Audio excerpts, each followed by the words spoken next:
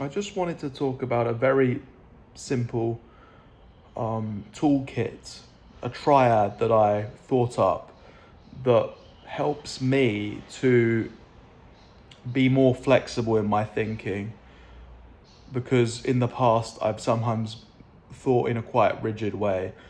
And I think that this toolkit can be very useful to people that want to think more flexibly, and also for autistic people who sometimes have challenges with cognitive flexibility, which is something that I have experienced myself with my own experience of having autism. So the first part of the triad is the quote by the economist John Maynard Keynes. "When the facts change, I change my mind. What do you do, sir?" And I've made a video based on this and I'll link you to that. And this basically explains that when we make a decision or have to make a judgment or a conclusion, we're basing it on the facts that we have at our disposal right now. So if you imagine your conclusion is like a brick here, but there are pillars which are holding up your conclusion, and those are the facts. But if you remove those facts, the conclusion falls down because it's no longer supported by the pillars. So I love this concept of when the facts change, I change my mind. What do you do, sir? And I think this helps people with autism because autistic people often prefer what we call bottom-up thinking. And we like to think through things in a logical way, and we don't like inconsistencies. But when you can look at the world from a more logical perspective and realize that decisions we make and judgments we made are based on facts that were at our disposal at the time when we made that decision, then it can help someone with autism to realize that when those facts change, their mind can change. And that can be really useful. So the next part of the triad is from Star Wars Episode 6, Return of the Jedi, when Luke speaks to the Force Ghost of Obi-Wan Kenobi, and he says, this is not the exact thing he said, but I'm paraphrasing it. He says to Obi-Wan Kenobi, "You lied. You told me that Darth Vader killed my father. You didn't tell me that he was my father." And this is straight after the previous film, Empire Strikes Back, where Darth Vader has said to Luke, "Luke, I am your father." And then Obi-Wan Kenobi says to Luke, "What I told you was true from a certain point of view.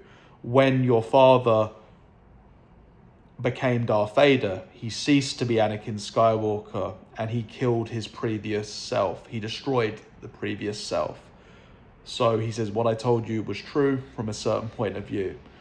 And Luke doesn't like this, and he says, "From a certain point of view," and he doesn't appreciate that. But I think this can help people with autism, because often people with autism look at the neurotypical world, and we often see neurotypical people saying things, and then the autistic person will look at them and go, "That's not true." And they are correct in a sense, because they're looking at it from maybe a logical point of view or a certain point of view. But then when you explain to someone with autism, that is that person's truth, that is their neurotypical truth, it is from their point of view, then it can help people with autism to understand that what they're saying is true from their point of view, but it doesn't have to be the truth from the autistic's perspective. And I would say that the autistic person might not like that person's truth or might not agree with that way of thinking, but it is their truth from their point of view. So I really find that Star Wars quote very useful. And the final part of the triad is Occam's razor, which basically is the law that often the solution to a problem is often the simplest solution. Because if you have a problem and there are, let's say, 10 possible different solutions, often statistically, according to Occam's razor, the most simple solution will often be the correct answer.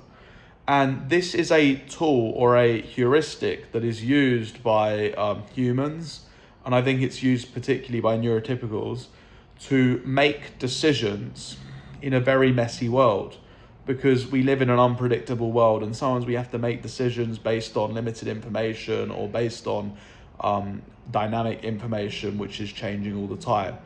But Occam's razor can be a useful tool to make decisions in a messy world. And this can be hard for someone with autism or someone who's struggling with cognitive flexibility, because we want to have a solution that is definitely going to work, but there often is not a solution that's definitely going to work.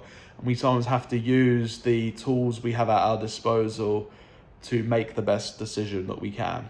And that's where we can apply Occam's razor. And using Occam's razor allows someone with autism to apply a logical rule that the simplest solution is often the best one, or the simplest explanation is often the most likely one. It allows someone with autism to apply a logical tool to make a decision in a neurotypical world. And that has really helped me. So let me know what you think of these three tools. This is not healthcare advice. It is just the idea that there can be